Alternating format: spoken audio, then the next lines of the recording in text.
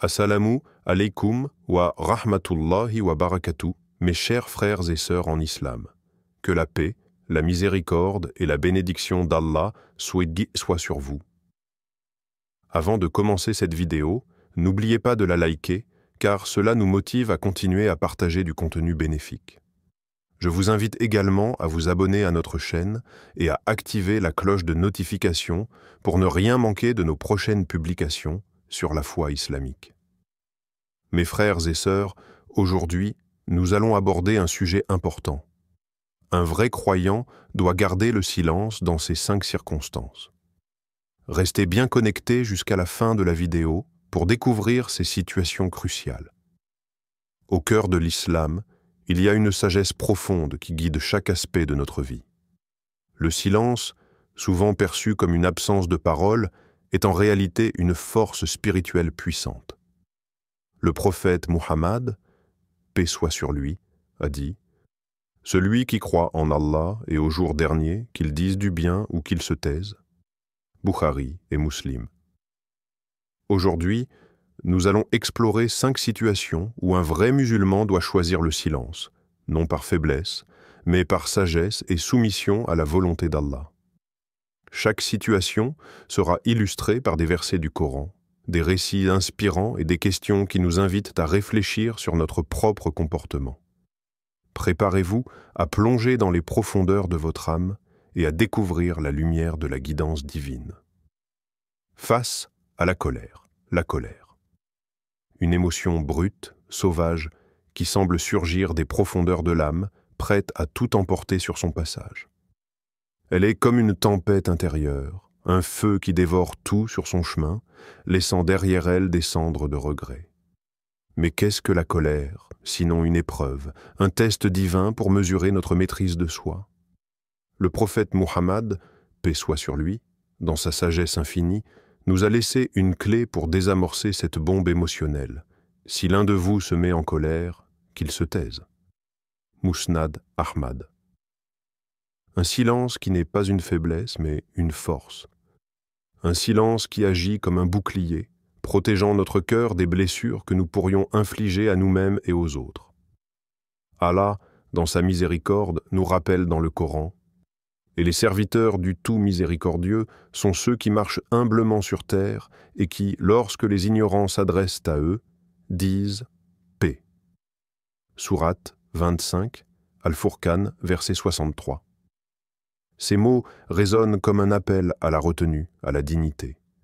Ils nous invitent à incarner la paix, même lorsque tout en nous crie « vengeance ». Imaginez Ali, qu'Allah l'agrée, ce lion de l'islam, ce guerrier redoutable face à un homme qui l'insulte. Au lieu de répondre par la violence ou les mots acérés, il choisit le silence. Un silence lourd de sens, un silence qui en dit plus que 1000 paroles.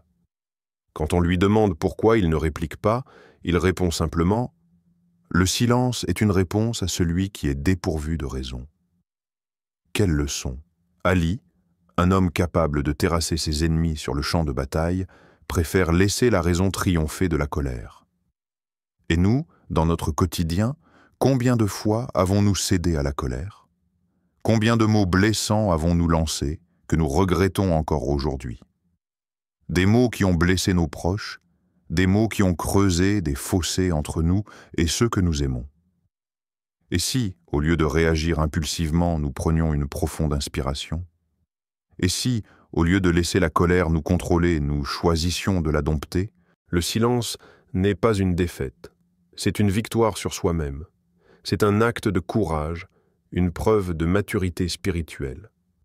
Lorsque nous choisissons de nous taire, nous laissons la paix prendre le dessus. Nous permettons à notre cœur de se calmer, à notre esprit de retrouver la clarté. Et dans ce silence, nous entendons peut-être la voix d'Allah, nous rappelant que la véritable force réside dans la maîtrise de soi. Alors, la prochaine fois que la colère montera en vous, rappelez-vous ces enseignements. Rappelez-vous que chaque mot prononcé dans la colère est une flèche qui ne peut être rattrapée. Rappelez-vous que le silence est une arme puissante, un refuge contre les regrets. Et surtout, rappelez-vous que la paix commence par un choix, celui de ne pas laisser la colère dicter vos actions. Lorsque les mots peuvent blesser les mots, ces petits assemblages de lettres, si légers en apparence, mais si lourds de conséquences. Ils peuvent être des caresses pour l'âme ou des couteaux pour le cœur. Ils peuvent élever, inspirer, guérir ou déchirer, humilier, détruire. Dans un monde où tout va si vite, où les paroles fusent sans toujours être réfléchies, avons-nous vraiment conscience de leur pouvoir? Le prophète Muhammad, paix soit sur lui, nous a mis en garde. Le musulman est celui dont la langue et la main ne nuisent pas aux autres. Bukhari. Une phrase simple, mais profonde. Elle nous rappelle que notre foi ne se mesure pas seulement à nos prières ou à nos actes d'adoration, mais aussi à la manière dont nous traitons les autres. Et parfois, la plus grande preuve de notre islam est de savoir retenir notre langue. Allah, dans sa sagesse infinie, nous exhorte dans le Coran et dit à mes serviteurs d'exprimer les meilleures paroles, car le diable sème la discorde parmi eux. Sourate 17, Al-Isra, verset 53. Ces mots sont un rappel puissant. Chaque parole que nous prononçons a le potentiel de semer l'harmonie ou le chaos.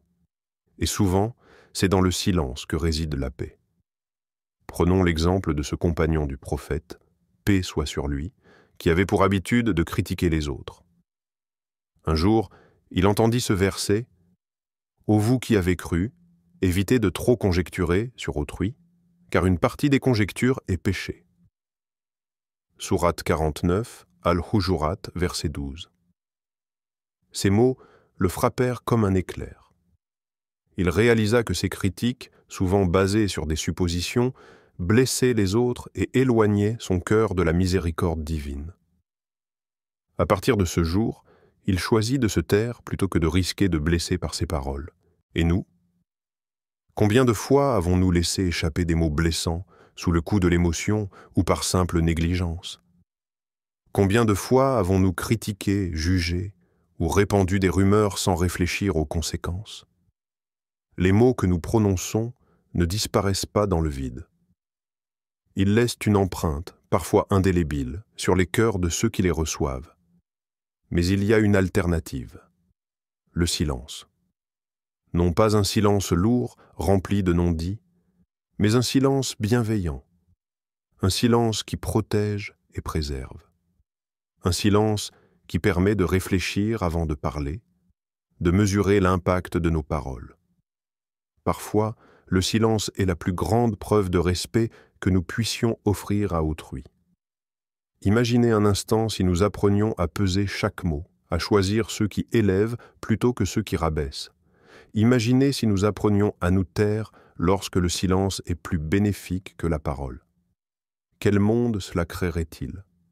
Un monde où les cœurs seraient préservés, où les relations seraient renforcées, où la paix régnerait. Alors, la prochaine fois que vous sentirez l'envie de critiquer, de juger ou de prononcer des mots durs, rappelez-vous ce compagnon. Rappelez-vous que chaque parole est un choix et que ce choix a des conséquences. Et surtout, rappelez-vous que parfois, le plus beau mot que vous puissiez prononcer est « aucun », face au commérage et à la médisance. La médisance, une habitude si banale, si répandue, qu'elle semble presque inoffensive. Pourtant, elle est comme un poison lent, insidieux, qui corrode les relations, brise les cœurs et éloigne de la miséricorde d'Allah. Elle se glisse dans nos conversations, souvent sous le prétexte de simples discussions ou de partage d'informations. Mais savons-nous vraiment ce qu'elle représente? Le prophète Muhammad, paix soit sur lui, a été clair. Le médisant n'entrera pas au paradis. Bukhari. Une parole qui fait froid dans le dos. Elle nous rappelle que la médisance n'est pas un péché anodin. C'est une violation des droits d'autrui, une atteinte à leur dignité et un acte qui nous éloigne de la grâce divine. Allah, dans le Coran, nous met en garde avec une image frappante. Et n'espionnez pas et ne médisez pas les uns des autres. L'un de vous aimerait-il manger la chair de son frère mort? Sourate 49, Al-Hujurat, verset 12. Une métaphore choquante, mais nécessaire. Elle nous montre la gravité de la médisance. C'est comme dévorer la chair de celui qui n'est plus là pour se défendre. Une image qui devrait nous faire réfléchir à chaque fois que nous ouvrons la bouche. Prenons l'exemple de cette femme qui vint se plaindre au prophète, paix soit sur lui, de sa voisine qui la critiquait. Au lieu de l'encourager à riposter ou à répandre des rumeurs en retour, le prophète lui donna un conseil inattendu. Offre-lui un cadeau. La femme, bien que surprise, suivit ce conseil. Et ce geste simple, mais puissant, toucha le cœur de sa voisine qui cessa de médire. Une leçon magistrale. Parfois, la meilleure réponse à la médisance est un acte de bonté. Et nous, dans notre quotidien, combien de fois avons-nous participé à des commérages, parfois sans même nous en rendre compte? Combien de fois avons-nous écouté des ragots, ou pire, les avons-nous répétés? La médisance est une tentation subtile, mais elle a des conséquences dévastatrices. Elle détruit la confiance, brise les amitiés et éloigne les cœurs. Mais il y a une alternative, le silence. Non pas un silence complice, mais un silence conscient, un silence qui protège l'honneur de nos frères et sœurs. Un silence qui refuse de participer à la destruction des réputations. Un silence qui choisit de préserver la paix plutôt que de nourrir la discorde. Imaginez un monde où chacun réfléchirait avant de parler, où les conversations seraient remplies de bienveillance plutôt que de critique. Un monde où nous choisirions de nous taire plutôt que de blesser. Ce monde est possible, mais il commence par un choix, celui de retenir notre langue. Alors, la prochaine fois que vous serez tenté de participer à des commérages, rappelez-vous cette femme et son cadeau. Rappelez-vous que chaque mot que vous prononcez a le pouvoir de construire ou de détruire. Et surtout, rappelez-vous que le silence est parfois la plus grande preuve de respect que vous puissiez offrir à autrui. Lorsque la vérité est trop difficile à entendre, la vérité. Une lumière éclatante, mais qui peut brûler lorsqu'elle est trop vive. Parfois, elle est nécessaire, salvatrice même. Mais d'autres fois, elle peut être un coup de poignard, une blessure infligée au nom de l'honnêteté. Alors, que faire lorsque la vérité est trop difficile à entendre? Faut-il la dire, coûte que coûte, ou choisir le silence par compassion? Le prophète Muhammad, paix soit sur lui, nous a laissé une règle d'or. Celui qui croit en Allah et au jour dernier, qu'il dise du bien ou qu'il se taise. Bukhari. Une parole qui résume toute une philosophie de la communication. Elle nous rappelle que chaque mot que nous prononçons doit être porteur de bien, ou alors il vaut mieux se taire. Parfois, le silence est la plus grande preuve de respect et de miséricorde que nous puissions offrir. Allah, dans sa sagesse infinie, nous rappelle dans le Coran « Et par la miséricorde d'Allah, tu as été doux envers eux. Mais si tu étais rude, au cœur dur, ils se seraient enfuis de ton entourage. » Sourate 3, Al-Imran, verset 159. Ces mots nous enseignent que la manière dont nous disons les choses est tout aussi importante que ce que nous disons. La vérité, lorsqu'elle est prononcée avec rudesse, peut repousser, blesser, détruire. Mais lorsqu'elle est accompagnée de douceur, elle peut guérir, éclairer, rapprocher. Prenons l'exemple de cet homme qui vint voir le prophète, paix soit sur lui, pour lui avouer un péché. Imaginez la scène, un homme, le cœur lourd de remords, se confiant à celui qui incarne la miséricorde. Au lieu de le juger, de le réprimander, le prophète choisit le silence. Un silence lourd de compassion, un silence qui laissa à l'homme l'espace pour se repentir, pour se relever. Ce silence ne fut pas un abandon, mais une miséricorde. Et nous, dans notre vie quotidienne, combien de fois avons-nous blessé quelqu'un en disant la vérité de manière brutale? Combien de fois avons-nous cru bien faire en étant honnêtes, alors que nous étions simplement durs, insensibles? La vérité, lorsqu'elle est mal exprimée, peut faire plus de mal que de bien. Mais il y a une alternative, le silence. Non pas un silence lâche, mais un silence réfléchi, un silence qui reconnaît que certaines vérités ne peuvent être entendues dans l'instant. Un silence qui laisse à l'autre le temps de se préparer, de se renforcer, de comprendre. Parfois, le silence est la plus grande preuve d'amour que nous puissions offrir. Imaginez un monde où chacun choisirait ses mots avec soin, où la vérité serait toujours accompagnée de douceur. Un monde où le silence serait utilisé non pas pour cacher, mais pour protéger, pour préserver.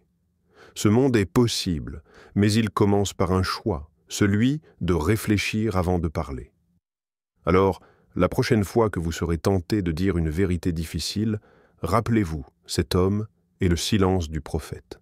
Rappelez-vous que la vérité, pour être entendue, doit être portée avec compassion.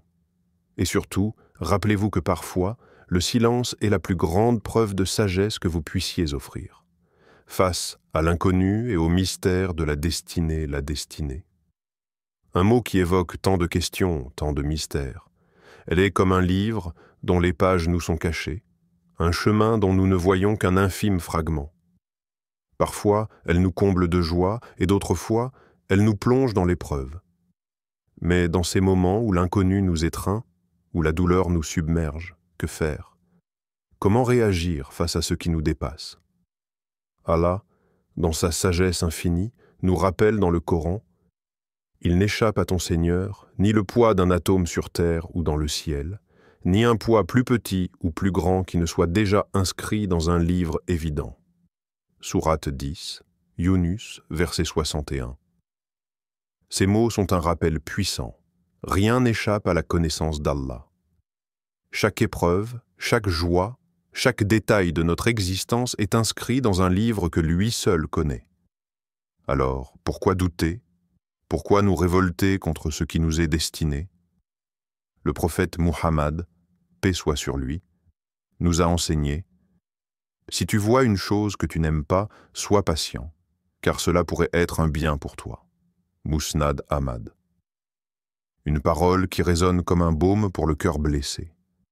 Elle nous invite à voir au-delà de l'instant présent, à croire que chaque épreuve cache une sagesse, une bénédiction que nous ne comprenons pas encore. Prenons l'exemple du prophète, paix soit sur lui, lorsqu'il perdit son fils Ibrahim. Imaginez la scène. Un père, le cœur brisé, pleurant la perte de son enfant. Mais dans cette douleur, il n'y eut ni révolte, ni colère. Juste des larmes silencieuses.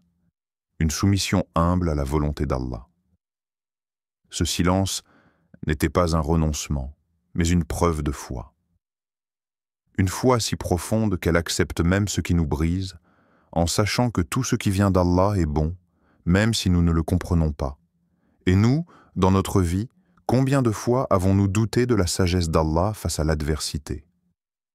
Combien de fois avons-nous crié notre incompréhension, notre colère, face à ce qui nous semblait injuste?